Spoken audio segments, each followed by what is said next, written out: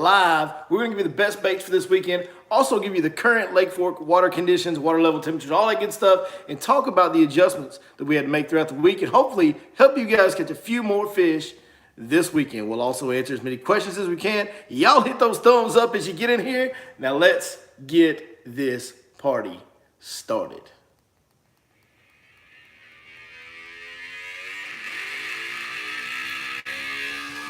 Cheers, y'all. Let's get it.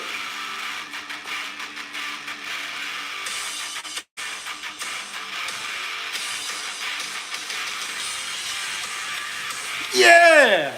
Come on! Look at that. I shook my hand a little crooked. How about that? Man, hope you guys are doing great tonight.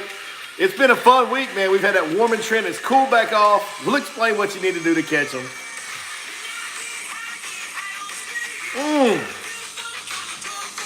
Come on. We're going to give the early risers in the chat the shout out right now. Kevin Jones is in first. Appreciate you, buddy. JD's in second. Appreciate you, Billy Snow, Derek Pummel, James Clifton. Now, there's always a delay on the comments, so I know there's more of y'all commenting right now that I'm not getting to, but I appreciate every one of you. Roger Nixon's in the house. Mike Rice, John Sherrod, Matthew Strange, Gary Fraymiller. Y'all are starting to stack on in here now, and I appreciate you so very much. So very much. Yeah. Come on. Fade the Motley Crew on it. Whew, hold on. We gotta calm down, man. I was riding the hype train there for a little bit. Motley Crew get you ready to go. Like, holy cow, man. Is it time to go flipping and punching yet? My gosh. I got all jacked up on Mountain Dew, Chip. Man, that got me fired up. Tell you what else got me fired up. This warm weather. Hey, things are different this year, folks, than they have been the last couple. I've seen some winters like this before, and it's awesome. These winters are awesome. They're fun. They lead to good springs. It just keeps this shallow water extravaganza going for a longer period of time when it starts early like this.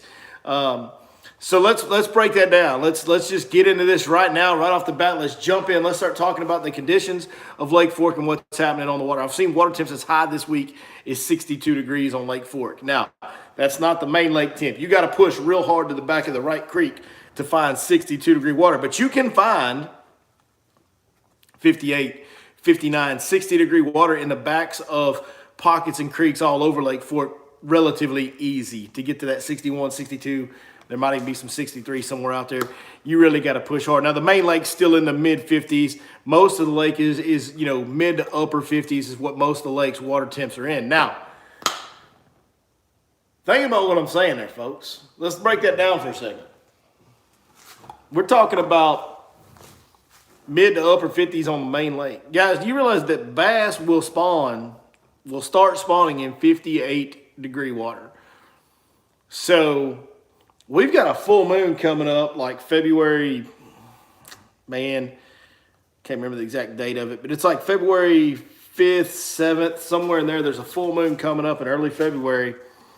That is, let's see, it's 2.5 weeks from now, guys. 2.5 weeks from now, we're going to have a full moon. So we've got some cooler weather right now, but, that water's going to take a little while to cool back down.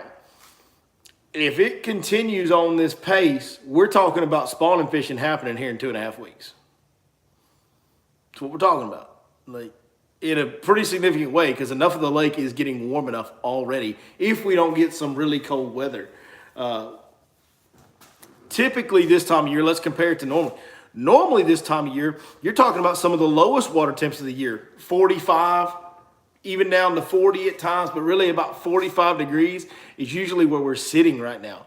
So we're sitting 10 to 15 degrees above normal water temperatures. That is immense. I cannot explain to you what a huge difference that is, and it completely changes the way that the lake fishes. Now, some of these fish are going to stay on the main lake until they spawn in April or May. That's what some of these fish are going to do. Some of these bass are locked into a solunar calendar where the daylight period of the day dictates to them when they go spawn. And so that is a factor. There will be some main lake fish to be caught, but not nearly as many as there normally is this time of year when it's much colder. So there's going to be a higher percentage of the population is going to be pushed back into creeks, and especially to the very back corners. because the fish that are in those creeks are going to the very back corners of the pockets and the creek arms, because that's where the shad are going because of these water temperatures. Wherever the back shallowest, skinniest, muckiest water is, that's what's going to get the warmest. And that's why everything's ending up in there. Now, as far as water clarity goes, the water clarity in the lake is phenomenal. It's great. It's really, really good in the lake in general. Back where these areas are getting the warmest, though, the water's fairly stained. I mean, it's not horrible, but it's gonna, like when you've been fishing out, or if you've been riding down the main lake or fishing out towards the main lake and you've seen how clear the water is, when you get back there, it will bother you mentally as bass fishermen. I think we all instinctively go, if I've got clear water and I got dirty water, I'd rather fish in the cleaner water. No, not in this case. That dirtier water is warmer. It's where they want to be. And you know what? As long as water's not just like dirty, like chocolate milk dirty, man, those fish kind of, to me, seem to bite better. They're easier to trick in dirtier water. So don't shy away from that dirty water. We've got good clarity in the lake overall, but right now you actually want to be in the dirt. You want to be in the dirt depth-wise, and you want to be in the dirt color-wise. So conditions-wise, we're still at about 5 foot low, give or take, but it has been rising a little bit, and that is helping these fish feel comfortable pushing as far back into these creeks as they can get. So everything that's going on the lake right now, water temps are climbing, water's a little dirty, water levels have risen a little bit recently and are on the rise, are not going back down. Everything's telling those fish shallow, shallow, shallow. So that's where the deal's at. Everything's pointing that direction to me. Now, conditions-wise, now we've gone from having overnight lows in the 60s to now we've got overnight lows in the 30s tonight. It's going to change things a little bit. It is going to make things tougher. Anytime you've had a big warming trend and then you get a cool trend behind it, it does make things tougher. But here's what's going to happen. In my experience, those fish are simply going to consolidate into the channels and drains nearest where they pulled up shallow. So if they pulled into the back of this cove and it got warm on them back there, wherever the first little drain or low spot that they can funnel into to get a little bit more depth when it gets cold, they're going to pull right back in there and they're going to stay there. And they're going to wait for the next warming trend. Once they go in, they usually do not go back out until they're done spawning in March or April or whenever they decide to spawn. Maybe February this year. But they don't leave once they go in. They just consolidate out in the middle, get a little deeper water somewhere in that area, and they kind of hang tight right there. That being said, those fish do get hard to catch. They get more reluctant to bite for certain. A jerkbait is going to be one of your best friends. Working a jerkbait down a drain next to timber, great idea. A Cinco is going to be one of your best friends. Same deal. And hard baits that get reactions. Crankbaits that deflect off wood are also another good way to go. And you can't discount a jig. Even in shallow water, you can still flip a black and blue jig to these fish and be methodical enough with it. You can usually get some bites doing that as well. So those are things that are going to work for you right now on Lake Fork as far as the conditions go. What are the best baits to use? The best baits to use so far this week, the chatterbait's been the king in my boat. A pearl white, 3/8 ounce chatterbait with a live magic shad on it's been my best bait this week. Followed closely by a 6-ounce Movement 80X. Looks like this right here, but I've been throwing the Bone Reactor color. But that's a very shallow diving crankbait that's very, very good at deflecting off cover. Then a black and blue Cinco, caught some on that this week. Let's see what else. What else?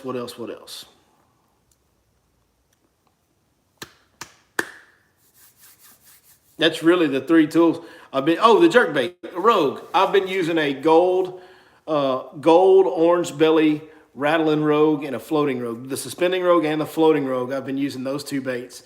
And that would be a bait that I would really lean on this weekend with the conditions being what they're going to be. And then one other bait that's pretty good that I haven't been throwing this week, but it can work this time of year, I know from past experience, is a spinnerbait with a really big blade. I like to go with a 3/8 ounce spinnerbait with a really big willow blade, or even you can throw Colorado if you want that too, but a big bladed spinnerbait that you can fish shallow and slow is going to be good. That's why you want the lighter head with 3/8 ounce, but have the big blade. That'll help it ride high in the water column, and you can fish it very slowly. The one key for this weekend to catching fish is you got to understand we're on a cool trend.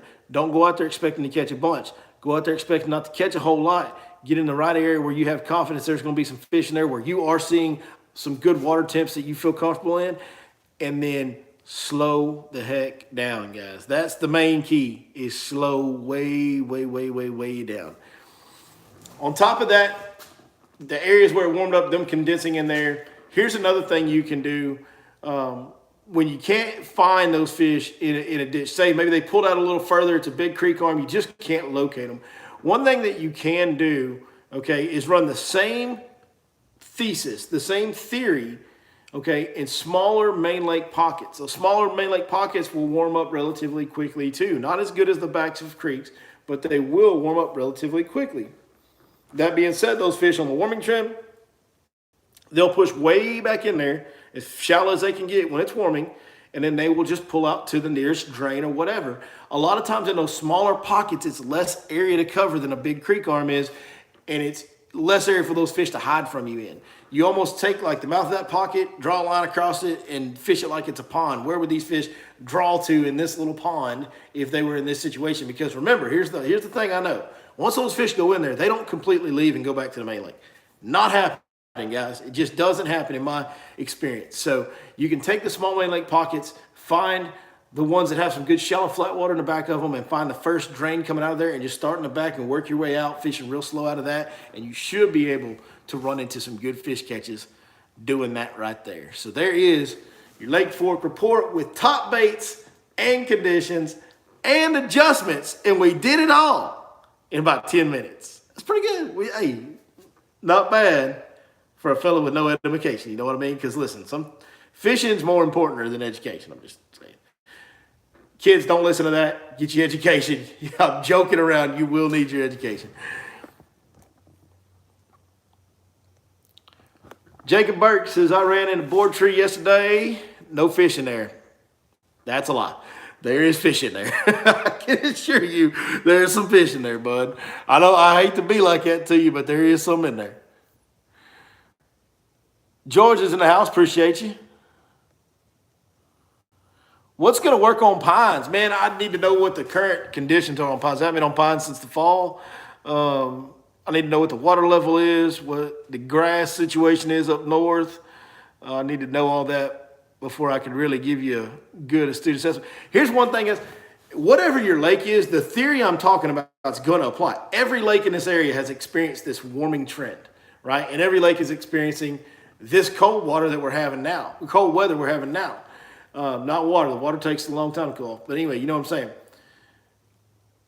Therefore, as far as locating the fish, there will be plenty of fish that have pushed into the shallowest, warmest, dirtiest water and then sucked back to a drain near there this weekend. So all that stuff that we've just discussed is going to apply to every lake in this region. It's a matter of you doing the homework and breaking down the map and finding those areas, and then you getting out there and figuring out what they're biting on that lake. As far as baits go, that can vary lake to lake. But I will tell you, that rogue, that old rattling rogue and floating rogue jerkbait, pretty much guarantee you there'll be a fish that'll bite that on every pond you go to this weekend.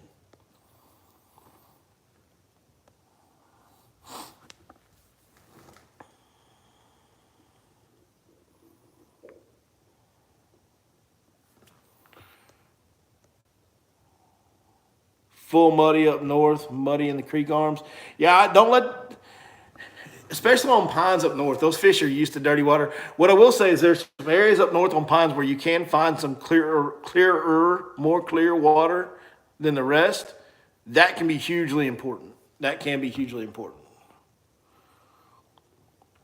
Matt Jones asks, what about an oxbow type lake? I caught them Sunday as close to seawalls as I could get to them on steep banks on a trap and 3/4 black and blue jigs on docks. He said he caught them last Sunday.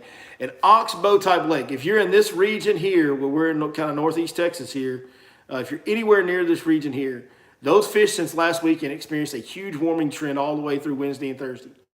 Okay, and it just cooled off last night, Thursday night going into Friday, or Wednesday night going into Thursday. So even today, that water was still really warm on those fish, and it's just now starting to cool back off. So what happened is a lot of those fish that were on that steeper stuff have pushed back into flatter water that was warming throughout the week. And so the same theory, again, the same theory I'm talking about is going to apply on every body of water around here. I would think that those fish that were on that steeper stuff pushed back into flatter stuff where it warmed up, and then they're going to sucked back into the nearest low spot or drain close to that. North Louisiana, yeah, the same thing that we're talking about should apply in North Louisiana. Absolutely.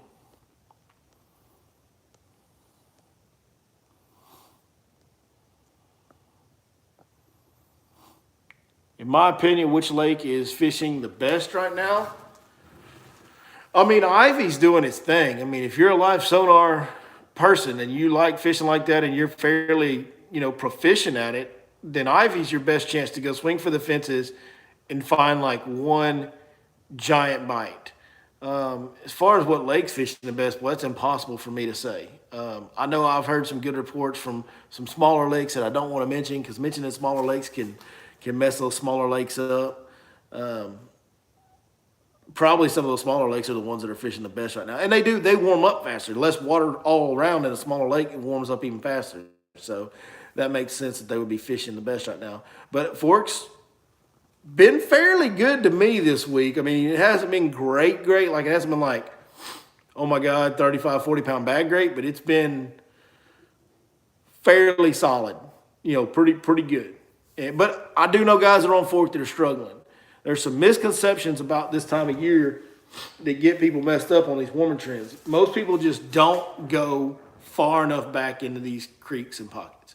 And right now, the way Fork being low, everything's so flat in some of these areas that you've got to push.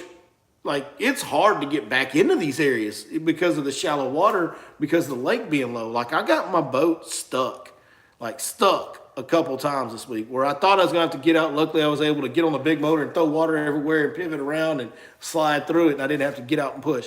But there was twice this week where I thought I was going to have to push for a while. Like, we're pushing through some shallow stuff to get back into the last little bit of drain or creek or whatever that's back there.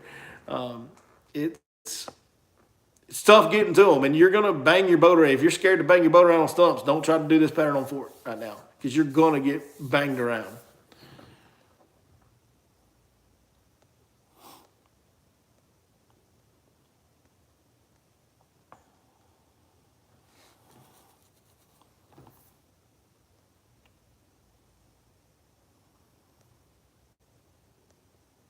Man, y'all kill it in the comments and questions. I can't keep up with all of y'all. Apologize if I'm missing your comment or question.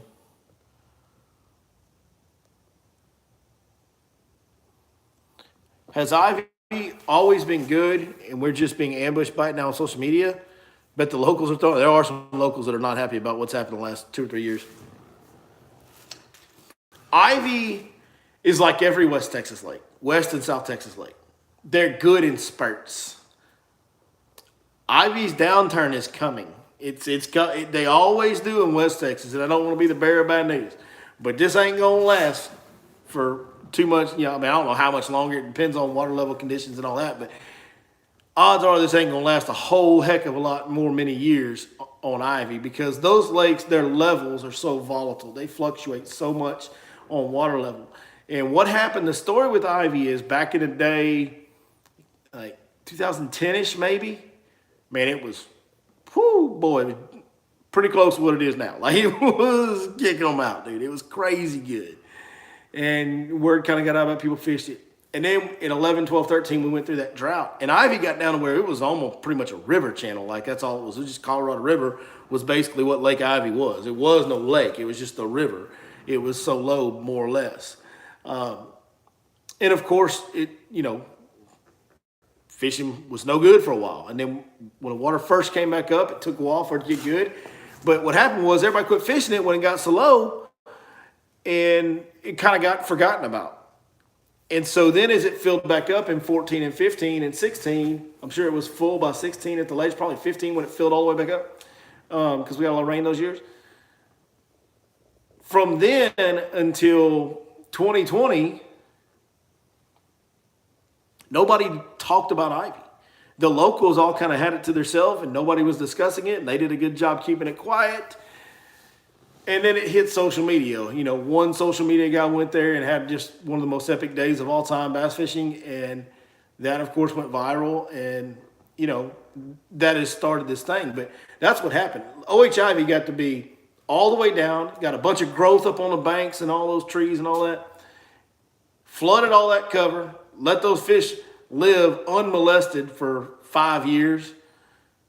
And then everybody came, and then that's when it started. So these fish that are being caught now, from their whole life, from like 2015 to 2020, they hardly ever saw a bait. There just wasn't very many people fishing ivy. And now all of a sudden they've got baits all over them, and so they're dumb. And they were dumb when those guys first started doing this live scope stuff out there. When Josh Jones and all the 6th Sense guys went out there, those fish were like ignorant, dude. Like from everything, and I knew all those guys when they were going down there. I was supposed to be on that trip, just wasn't because of some circumstances. But yeah, those fish were really, really dumb. And now they're starting to get like even Josh Jones will tell you. Those fish are starting to get smart. They're not, well, not smart, but they're starting to get conditioned to baits and more reluctant to bite, harder to catch, all that stuff. So, Ivy's been kind of a, like everything else in this sport. Everything's got to line up for it to happen and be right like that. And everything lined up for Ivy to blow up like it did. But it's West Texas, and the lake has been dropping a lot. It's pretty far low right now. If it continues to drop, OH Ivy is going to fade away and fade away. That's what always happens in West Texas and South Texas. Falcon does the same thing. Amistad does the same thing. I've heard Amistad's kind of the one. Amistad's the one from what I'm hearing. I have no confirmation, haven't seen any video or nothing like that. Rumor has it, though, Amistad is the one that you might want to be looking at right now if you want to be there before it blows up and everybody gets on it. I've heard Amistad is doing some stuff right now.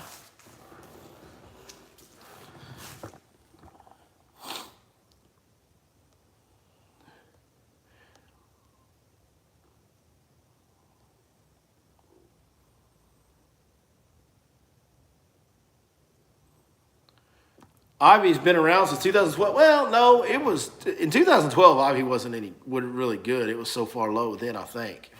Maybe my timeline's a little off on that. But Ivy was really good 10, 13, 14 years ago. Then it got bad. Then nobody remembered it, and then it got good again.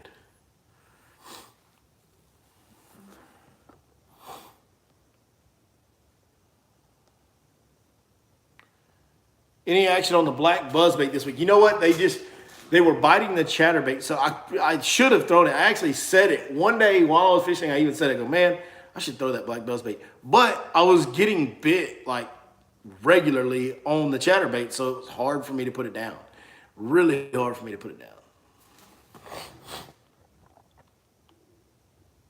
Denny Brow's been posting some killer catches on Amistad. Yeah, I've been hearing some rumors about old Amistad. I'm telling you. I really have.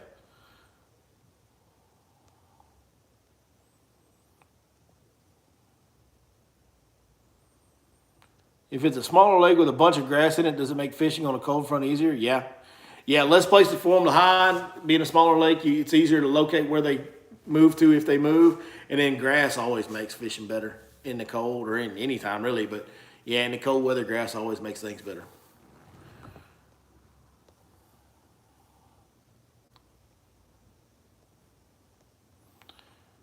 Roger Nixon said Denny Breyer posted a 40-pound stringer from Amazon. Yeah. That's some of the. I haven't seen that stuff, Roger. I haven't seen the evidence of that stuff, the video or the pictures or anything. But these are like that, Denny Breyer 40-pound bag.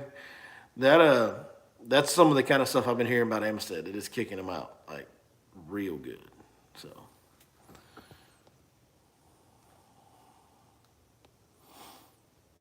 Falcon's been having I've seen a few guys from Falcon posting some good catches this winter too. Caddo, Bissonneau, and Caney are on fire. How about that? You North Louisiana hands and Northeast Texas hands for Caddo. Part of it's in Texas anyway. River Channel is.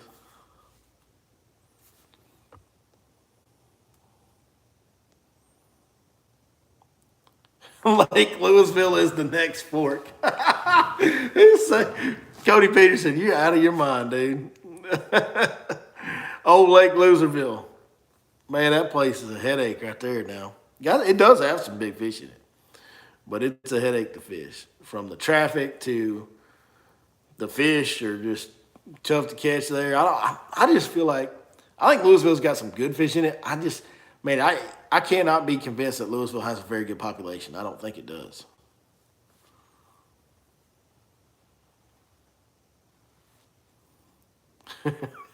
The worst lake there is. It's tough, that's for sure. Yeah, all of Texas is awesome. That's a fact right there now because we can sit here and say, like Cody just said, Cody Pearson said, Louisville is the worst lake. Yeah.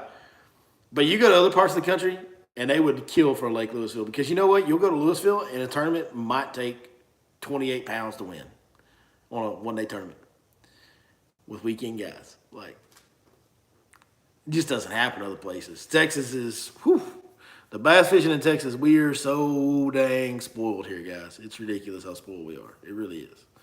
Kudos to Texas Parks and Wildlife, man. They do such a great job for us. And, I posted a picture because I found a little patch of grass on Fork and I posted a picture of grass.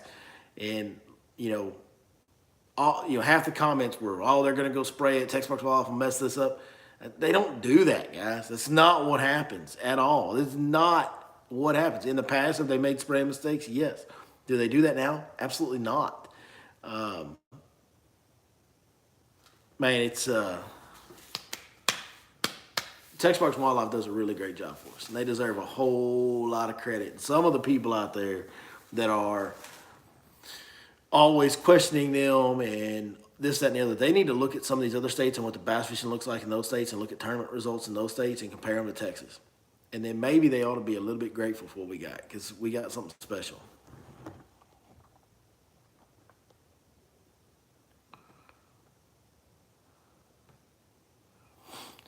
What do I have open for the next few weeks? Let me see what date it is today. I know for whatever reason, the second and third week of February, so like the 6th to the 10th, the 13th or so, those 2 weeks right there, I've got like 4 or 5 or 6 days open in those 2 weeks, which is really weird and odd. It's a hole in the calendar that doesn't normally happen for me. And I'm not real sure why nobody's booking those dates, but nobody's booked that. I've got several days open in that second and third week of February, the 6th through the 10th and the 13th through the 17th. I think I've got one day. I got one open date next week and 1 or 2 open dates the week after. So I do have an open day any week you want to go over the next several weeks, for sure, if you want to get out.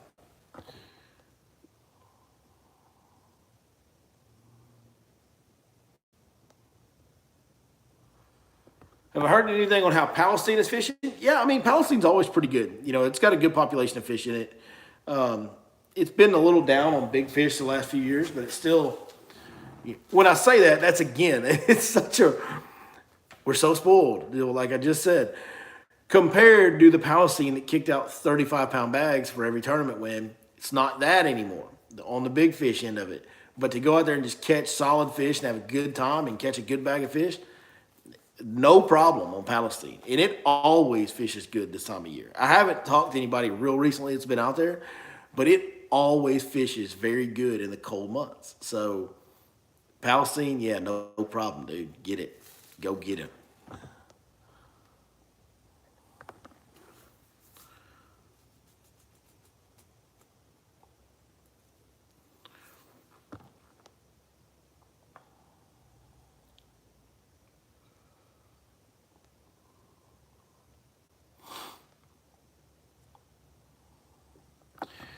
Is Ray Hubbard any good?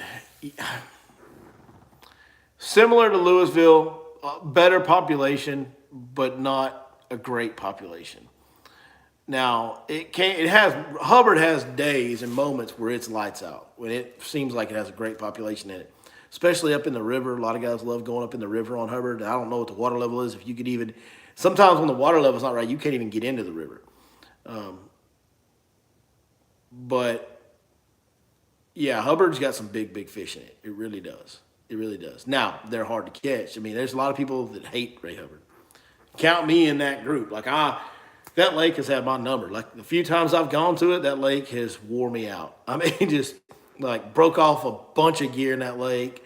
Lost big fish that I've hooked. The big fish that I've hooked on Hubbard, I've lost every one of them, it seems like. That lake's just got my number, man. It's got my number so bad I can't stand it. So I'm not a big fan of Hubbard. But I know plenty of guys that catch them out of there, and there's some big fish in there.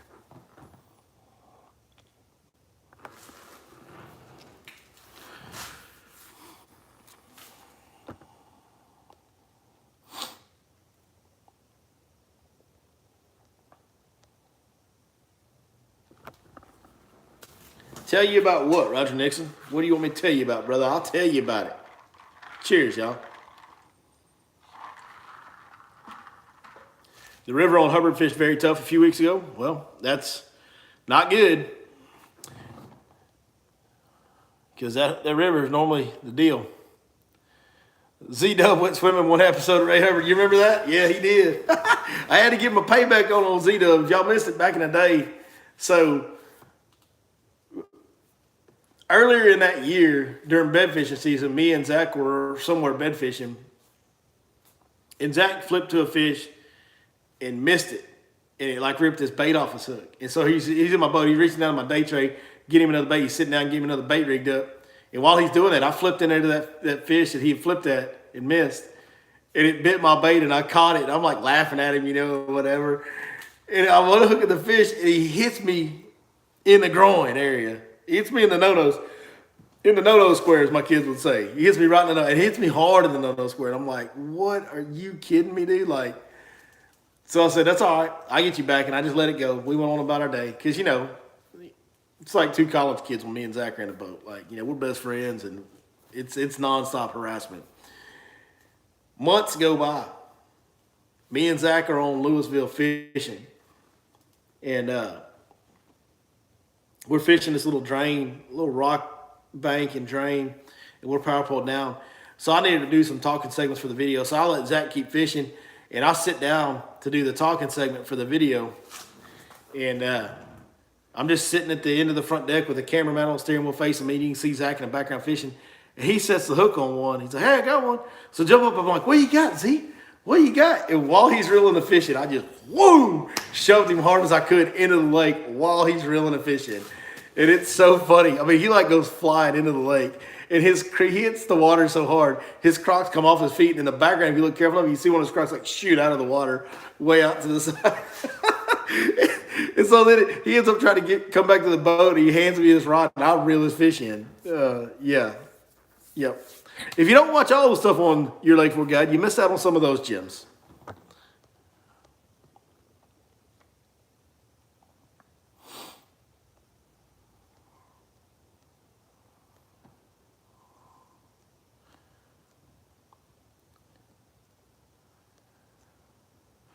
Oh, the 11-pound bedfish I posted today? No, that was not. That was from years past. That was just a deal where if you read the description on that or the title or whatever you want to call it, the caption on that, if you read it, it's me just talking about how we're going to be bed fishing early this year and just showing an old bed fishing catch that was awesome. It was the biggest bass I've ever caught off a bed. It was an 11-pounder. But, yeah, it was awesome catch, and I was just basically, if you read the caption, it's just me talking about how we're going to be sight fishing early. We could be sight fishing early because of the weather. Everything we talked about earlier in the live stream.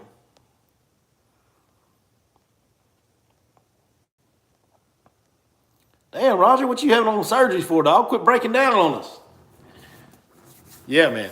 Yeah, we are. Everybody, I know everybody here in this chat, I'm sure, I'm speaking for all of them, man. We all are wishing you a speedy recovery on that deal, man. That sucks, bro. Sorry to hear that. Sorry to hear that. Well, fellas, we started late, so we're going to end a little early tonight. We got plenty left to do. More content coming at you every day. We got some Lake Fork content coming up. We got some more instructional content coming up. Y'all know what we do, man. Y'all know what we do around here. We never stop rolling with all that. Let's see. I think I got one more question in here. Have you ever fished Cincos on creek bends the way you fish those black and blue jigs? Might be the sauce this time of year. You're just saying, yeah, that's kind of what I was referring to earlier is, those fish that got really, really shallow, they're going to suck back into the nearest drain or channel or whatever they can, and they're not going to leave the area. They're just going to get a little bit deeper water and kind of hold and get into a holding pattern. Well, they're going to set up around the timber in those creeks, and the Cincos are real good bait. We mentioned that earlier. Cincos are real good bait to catch those fish in those really shallow channels and creeks. Yes, Cinco can be fished around those stumps. I don't do it in the deeper water because I don't like to fish a Cinco and wait on it to fall and all that stuff. But in the shallower creeks, absolutely. Absolutely, we throw a Cinco in that. Yes, sir. All right, guys, man, thank y'all so very much for everything that y'all always have done for 6 years and change now, and y'all continue to do for me and my family. every day, man, we owe you guys so much. And we'll never stop trying to help you catch fish any way we can, man. Thank you guys very much, and we'll see you next time right here on your Lake Fork Guide. Cheers, y'all.